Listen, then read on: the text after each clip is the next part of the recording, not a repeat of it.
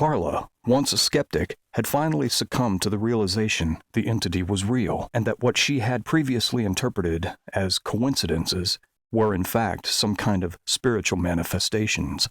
The TV turning itself on and off as she oversaw the daycare children was no longer electrical interference, static or otherwise. Wine glasses that fell and broke inside their hutch didn't do so as a result of a walk-by vibration.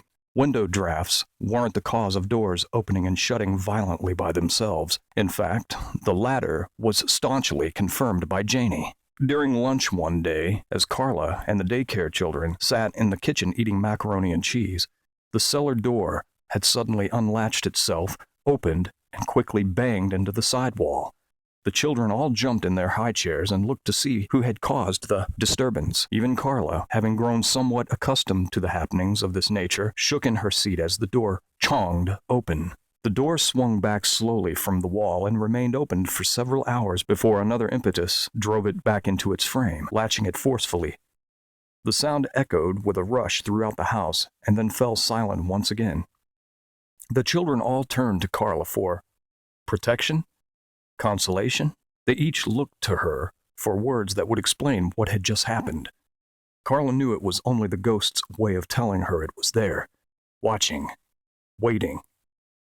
She reached into the darkened closet of her mind for reasons that might make sense to a bunch of toddlers, but in the end, it was not her reason to give. Janie, who had been enjoying lunch with the daycare after a half a day at school, calmly explained, "It's just the ghost, guys. Sheesh." Several days later, as another workday wound down and parents arrived to pick up their children, Carla observed 3-year-old Nicholas Thompson's mother, Margaret, looking curiously around the house as she stood in the foyer, waiting for her son to gather his things. Carla watched as Margaret's eyes appeared to study certain aspects of the home. Perhaps she had been following a dust bunny floating through the air. Perhaps it was something else. As they both waited for little Nicholas to procure his coat from the closet in the hallway, Carla asked, "Is there a bug in here?" Her tone was purposely innocuous and inoffensive. Margaret jerked her head toward Carla, seemingly startled by the question. "Oh, no, I was just looking around. You have a very nice house." "Well, thank you," Carla said. "It's one of the newer homes on the street." Margaret nodded, her eyes again drifting away, up, down. "We like to paint every once in a while, too, to keep it fresh," Carla continued, all the while eyeing Margaret's disengaged expression. "One day, we'd like to turn it into a truck stop." Margaret twisted her head toward Carla, eyes narrowed in lines of confusion drawn between her brows. Carla simply stared back at the mother, her expression flat, awaiting a response. She had baited Margaret well, and it would only be a matter of seconds until Margaret knew she had been made. Carla watched as Margaret's eyes eventually relaxed and her face drooped of embarrassment. "I'm sorry," she said. "It's okay," Carla accepted. "Anything you want to ask me?" Margaret sighed, and her eyes lowered. Then, as she looked up at Carla again, a wry smile began to form on her lips. "You guys have ghosts in here?" "Only one ghost," Carla said flatly. Margaret tried to hide the surprise, but Carla caught it. Margaret's eyelids fluttered and her nostrils flared, just briefly. "Oh," Margaret said with a mock laugh, "just one."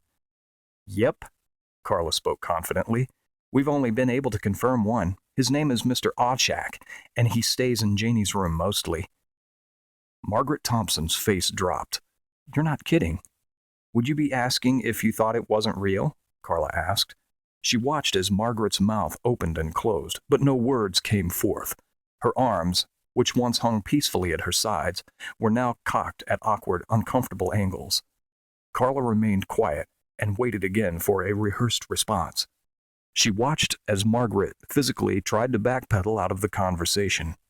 When her shoulders slumped and her back rounded casually, Carla knew Margaret had nothing left.